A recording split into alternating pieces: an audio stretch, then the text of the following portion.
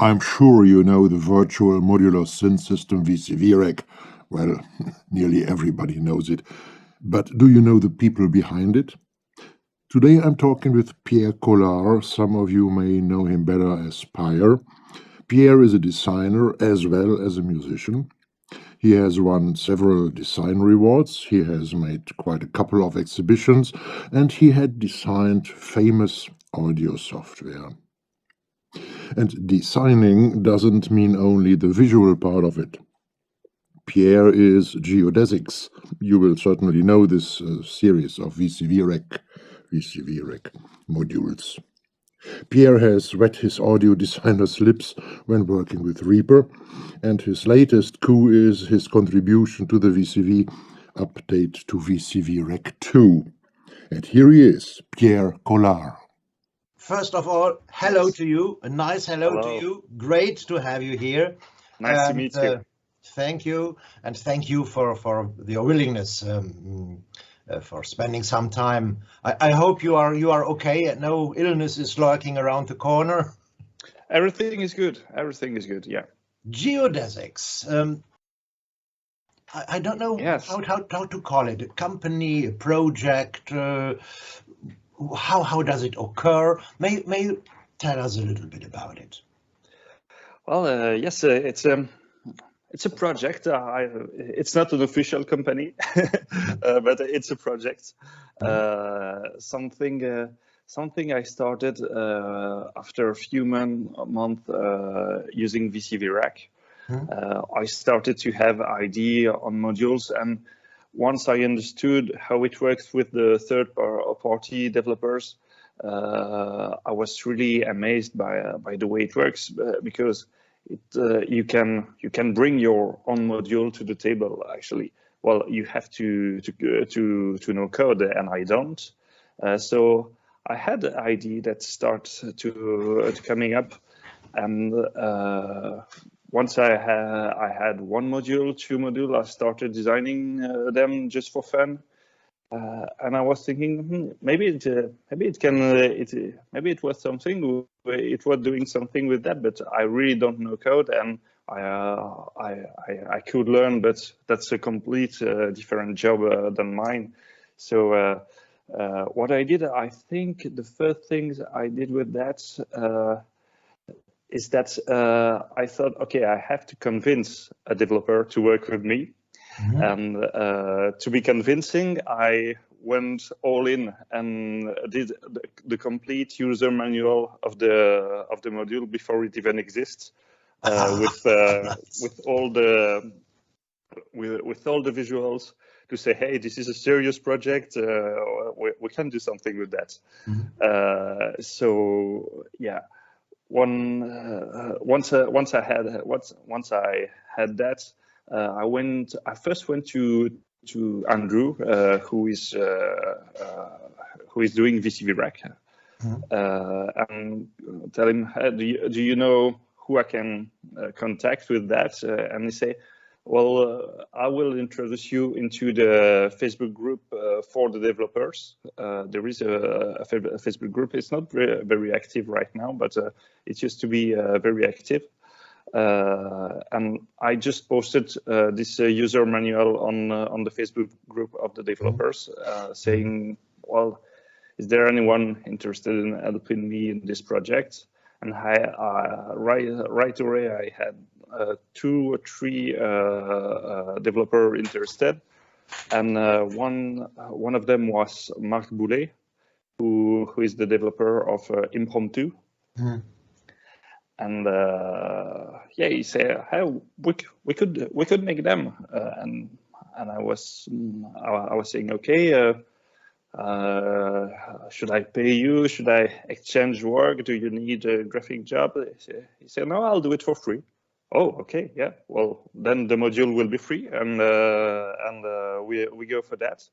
So we started developing them, and because they are open source, they were available right away, even if it wasn't finished yet, because we were working on GitHub. and some smart users found them at an early development stage. They finished them themselves and they built it in VCV Rack. So I see. we started to see videos of our modules on YouTube, even though it wasn't finished. So the first feeling was, hey, what's happening? It's getting out of our hands. But then I listened to what the people did with that, and it was the best feeling of my musical life, I think, because it was much more interesting than what I intended to do with them. Yeah. Well, what modules are we talking about? I think These first ones. Yeah, the first ones there was black holes, which are a complex VCA. And there was ions, the 8-shaped sequencer. Yeah. And I think brains was also one of the first. Yes. It's a random generator. So the modules as we have them, for example, ions, it's a wide-ranged cooperation between, of course, you and the developer on the software side and the users. Right? Yes. We had a lot of feedback from the users. We made them evolve, not too much, because it's always the game of saying, okay, I want to expose everything that you can do with this module. You have to have some constraints. So I think that's the difference between an instrument and a tool, is that there is some choice of constraint in an instrument. Yeah. Yeah, sure. Let's talk about the names, eons and black holes and things. Yes. It's a lot of physics in it. Real world physics, astronomy and things like that.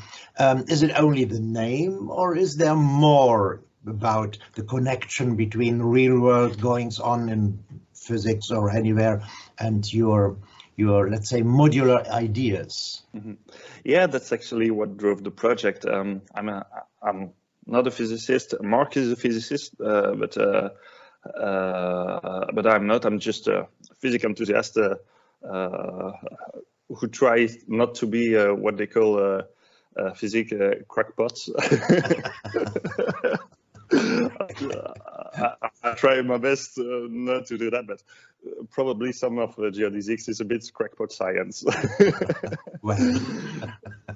Well, but yes, the idea came from a lot of concepts in physics that are really difficult to understand because they don't appeal to our senses, like quantum physics, which you can only understand the math, and I cannot. But and I like to hear physicists trying to talk about it because it's so difficult, because it's really a mathematical concept above all, and there is a lot of concepts, let's say, that rings to me on a musical level, like okay, a particle that can be two things at the same times. I can represent it in my mind, but I know what it is, a note that can be two things at the same time. So it can be a relative minor or major. And there is some inspiration to that. And actually the ions, it's inspired by the way electrons are moving in the atoms, if they are moving, the way atoms are exchanging electron. So you actually each playhead of the sequencer is an atom that rotates around a core, and there is a probability to be exchanged with the other core, and so the electrons start to turn around the other core and start to stall the notes of the other atom. So that's the idea. That's using science and science words and science concept to go out of the musician comfort zone and see what happened. It's a very experimental project. It's kind of all the rules that I set to myself as a designer. I broke them all in Geodesics to force myself to find new things. And yeah, I don't know what it will become, but it really started as an experiment. Because VCV Rack, you see, it's a kind of word within a word. It's a mini word inside the large audio word. Sure. And so, and I thought, hey, it could be a laboratory. So I made it an experiment to see what it's like to be a brand. So I experiment with marketing, with all the concept, with the visual promotion, with doing press kits for release, and all those kind of things. But also experimenting with the tools to see how the musician will react when we don't use the word LFOs, but we use the word gravitational wave instead of LFOs. You know, do you make a different music when you facing this kind of words? I see. When I think about it, I see 2 or 3 major aspects. The first aspect clearly is crossing borders, not accepting limitations. I see in what you explained. The next thing is I see parallels in history. For example, the early 1950s, the beginning of electronic music, the combination of science and art. And I see the third thing, I see parallels in quantum physics. By the way, I have a diploma in quantum physics. I've written. Yeah, I was crazy in my younger days. I studied everything. I got very nervous when I didn't know anything. Okay, it doesn't matter. But I see a parallel in that in quantum physics, the let's say the aspect of probability is an important thing. Not going deeper here into the mathematics, as well as, for example, in generative music, and then we come to your modules. I see these 3 main aspects. Were they consciously? Well, the last aspect that you discussed is yes, it was conscious because it was a time where I was discovering the surface of quantum physics, and also I was discovering probability in music. I was lucky to by chance to discover those 2 concepts at the same time. So somehow I had to make some parallels between that. And the concept of flipping a coin, the electronic version of flipping a coin, is something that was introduced very late in my musical life, and it changed everything for me. Yeah. I see. But by the way, when you design, when you get an idea, or when you design a module not for you but for other people or other companies, what's the proceeding? How do you proceed? What's the first steps?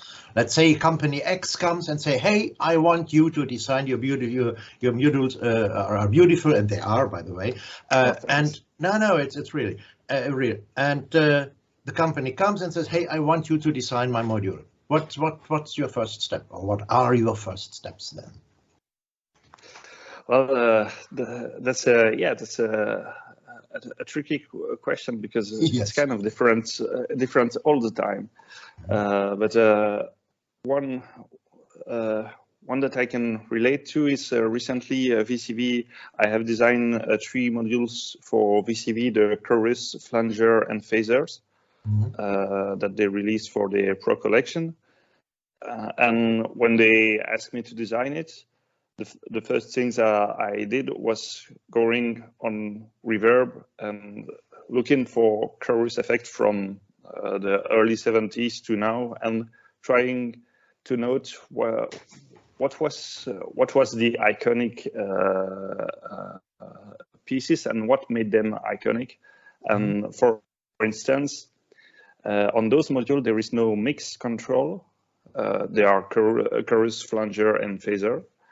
And we decided not to put any mix control because, oddly enough, on all the Iconics piece of gear studio, there is no mix control at all. And somehow, so we decided that maybe it's part of the mojo that the developer should decide the precise amount of mix control and leave all the other parameter to the user. But yeah, this was an interesting way to come up with a new module, because there was already a lot of chorus flanger on the market as a hardware and software and VST. So yeah, it was like analyzing what already exists and how can we bring something new, and something new that I brought was to have a fader where there is no modulation at all at the center, and if you go positive, if you go up, you have a cross modulation and inverted modulation. And if you go down, you have the normal mono modulation. And yeah, I don't know if you can see it, but there is my cat on the background. No, I can't see it. Yeah. Doesn't matter. Yeah, it's my cat. There she is. Yeah. Okay. Yeah. She's carefully listening. Yeah. Exactly. Yeah. All right. Wonder what it's all about. But yes, that's what I did for VCV, because in VCV we need something very fundamental. We are trying to bring new things, but also keeping things simple, to leave a lot of room for third-party developers to come up with innovative ideas. So we have to be relevant. So it's kind of a tricky way to find something new and something fundamental at the same time. But that's how I work for VCV. But if I work for Antonio Nisti, I have done at least a few modules with him, and there we just talk of an idea and we just start designing. But in this case, what we are looking for is a mood like once we did the Simpliciter module, which is the sampler from Nisti, we thought, okay, it would be fun to have Buchla meets Game Boy. That was the idea. And we tried to develop on that, and we tried to never lose the idea along the way. That's the art thing. Sometimes when you start a project, you really take notes of everything you want to look at the end. And once you are and you look a lot during the project, you look a lot to those notes, so you don't lose track of the original idea. Maybe it will evolve, but it has to keep the original idea that you had. Yeah.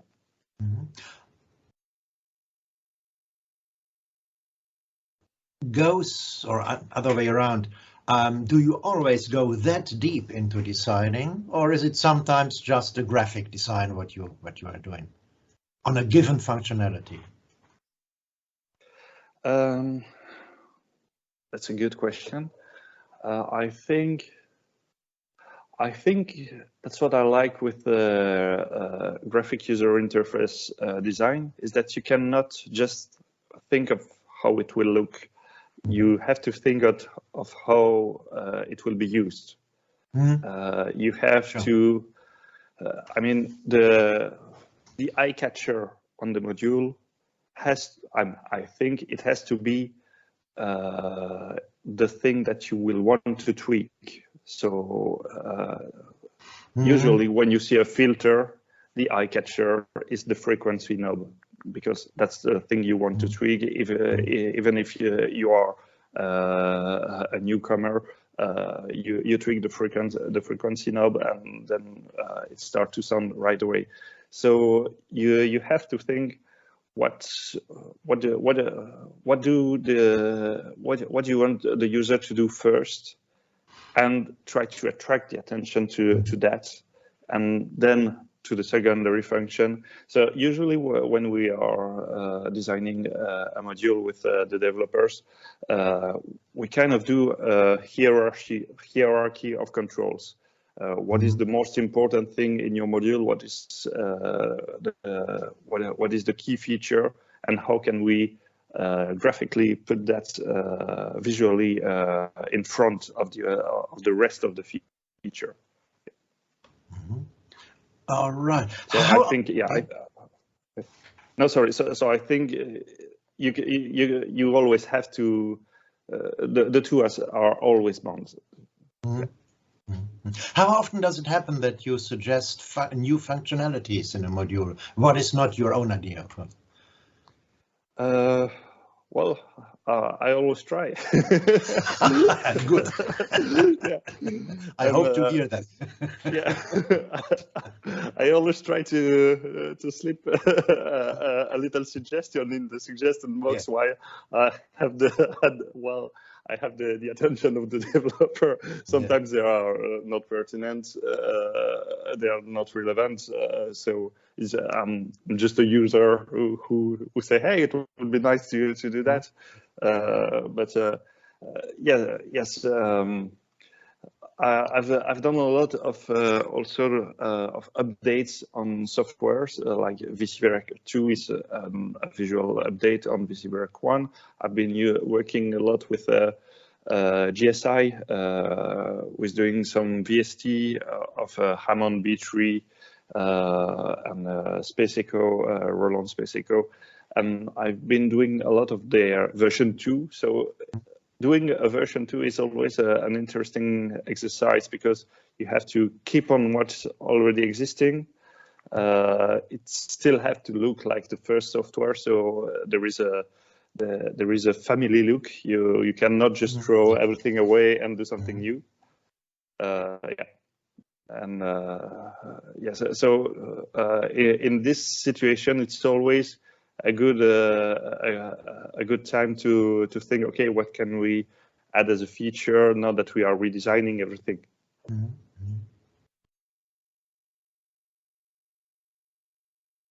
What about let's say the influences between you being a musician, by the way, not only playing with electronics, as we can nicely see in the background, and you being a designer? But how do they influence? What is? Let me put it like that. Does it happen, or may it happen, that your work as a designer influences, for example, your musical work, or the other way around? Yeah. I think.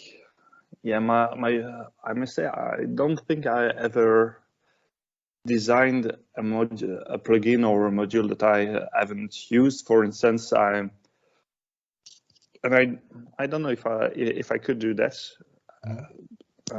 For instance, I'm not that much into EDM, and so I don't know if I could design an EDM synth.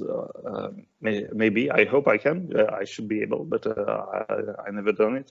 So yes, I always try to think how I would use it, and the other way around. Yes, it's for instance, all my music in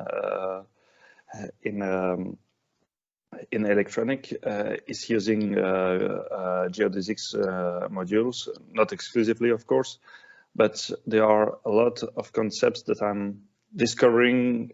I'm discovering some concept by being a musician. Yeah, and I think of module that could do that. Or while I am designing a module, I'm thinking, hey, maybe if I put a button here that does that, then maybe the user will be able to self-patch the module to do something a bit tricky that it's not intended for.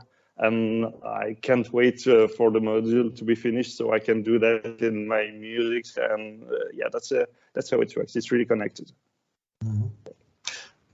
Can you imagine that you are working on or perhaps it had happened already, or it has happened already, that you are working on a piece of music? By the way, thank you for sending me Archaic 3. I'd like to talk about it a little bit later. Oh, thanks. That you are working on a piece of music, and well, then you jump to your other kind of being you, and do some designing work, not for yourself, but for a company.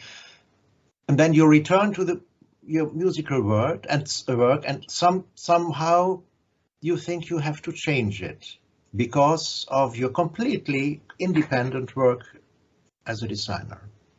You have got feelings, you have got insights, you have got certain kinds of angles of view during your designing work, and this makes you see your own music, what is in development, a little bit different than before. Does this happen? Can this happen? Can you imagine this?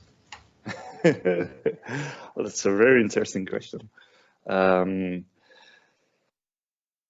It usually happens the other way around, but yes, sometimes it's both an idea that I want to do in a composition and in a module at the same time. So, I'm thinking, okay, I will put like 5 or 10 modules together to make this idea happen. And at the same time, I want this idea as a small part of a module that does that. For instance, the module Entropia, which is a sequencer where each of the stages can have 2 different states, which it's inspired by entropy, and there is a microstate and a microstate where you can change all the states at the same time, or you can change it per steps. And that was something that I wanted to do in a composition, to have an arbitrary sequence, but to be able that, like, for instance, for the fourth step, to be able to sometimes have a different note on this very specific step.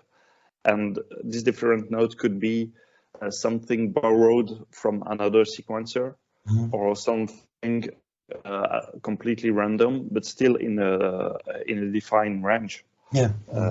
Yeah. And so that was something I tried to do in a composition, and that was the starting idea of a module. Yeah. I see. I think it's not necessary anymore to talk about the relation, what is first, the code or the GUI, or the other way around. I think indeed it's a dialectical process. I can imagine. Yes. Yeah, okay, right. Designer and musician. Actually, we are talking about this, let's say, these 2 sides of the same life already. But anyway, do you see you as a musician who is also a designer, or as a designer who is also a musician? And I'm not talking about how much time you spend on making music or designing, or how much money brings this and how much money brings that. And no, I think your let's say your motivation, how do you see yourself? More a musician or more a designer? Well, I see myself more as a designer, and the day I really understood that is the day where I see people using the first Geodesics module, because I've been playing live. I've known a lot of fulfilling experience in music. But this experiencing people composing new things with module I designed was better than everything else that I knew in music. So that's how I know that I'm a designer that also do music, and I'm happy enough to. I'm lucky enough to have 2 passions, music and design. And I decided to make a living from one, which is design, and I'm working as a musical software designer, but also in industrial design and other fields. And I know what it's like to live from a passion. It can be frustrating. You have to make your passion bankable somehow. Yes. And yeah, I mean, I'm happy to do that, but I would like to preserve my musical passion from having to suffer that. Yeah. I see.